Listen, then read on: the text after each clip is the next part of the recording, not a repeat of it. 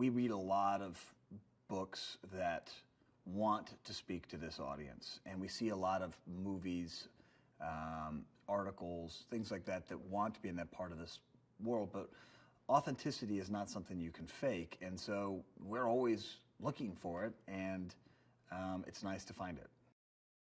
You know, it was critically important to make sure that we understand the story of Starr and her journey from a young girl who witnessed a horrible tragedy to a person who's a justice fighter, you know, a freedom fighter, a young girl willing to stand up for the things that she believes in. The story is about a young girl who is caught between two worlds. The world that she lives in with her family in a very suburban neighborhood where plight exists, where crime exists, where gangs exist, and the world that she lives in when she goes off to school and code switches. Wealthier kids, more entitlement, more of everything. And she's a girl trying to figure out which world is hers. Now, the truth is, both of these worlds are hers, but she has to figure out what's important to her along the way. And she witnesses the murder of her closest friend by the hands of the cops. And the journey afterwards is her coming to terms with that tragedy, coming to terms with her friends who may or may not be supportive of her, and her recognizing that for her to make active change in her community, she needs to stand up and speak out. There's not a lot of finger pointing here in this movie. The movie is recognizing a problem that we face in our society. And the movie asks questions and points us in directions that force ourselves, the watchers of the film, the readers of the book, to figure out how they can improve the society that they live in. But that just doesn't include how we speak to cops.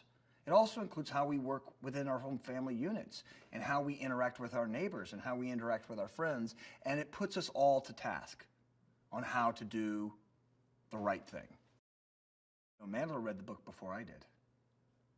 Amandla managed to get her hands on the book very, very early. She's a voracious reader. She is a brilliant young woman with many different skill sets. But watching Amandla as an actor come into her own, while at the same time watching this character Starr transform and come into her own, has been priceless. I've known Regina personally for many, many years, and she lights up any room she's in. She's most noted for her comedy, but she really gets to show her dramatic chops in this movie, and she's an exceptional actress and a great energy on set. And Russell is one of America's greatest actors, and he's been doing it for many, many years. He killed it last year in Fences. And what I've noticed about him is that he's incredibly generous to the other actors. He really proves how good he is as an actor by how good everybody else looks around him.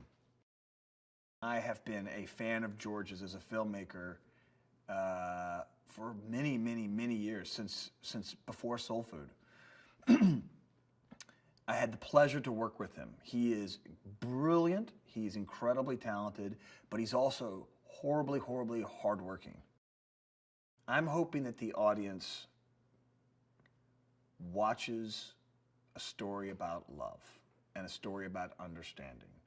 And along the way, as they're feeling the love of these characters for one another, and they go on this journey of discovery with our lead character, that they also get slightly awoken to the world around them and recognize their responsibility of citizens in their communities.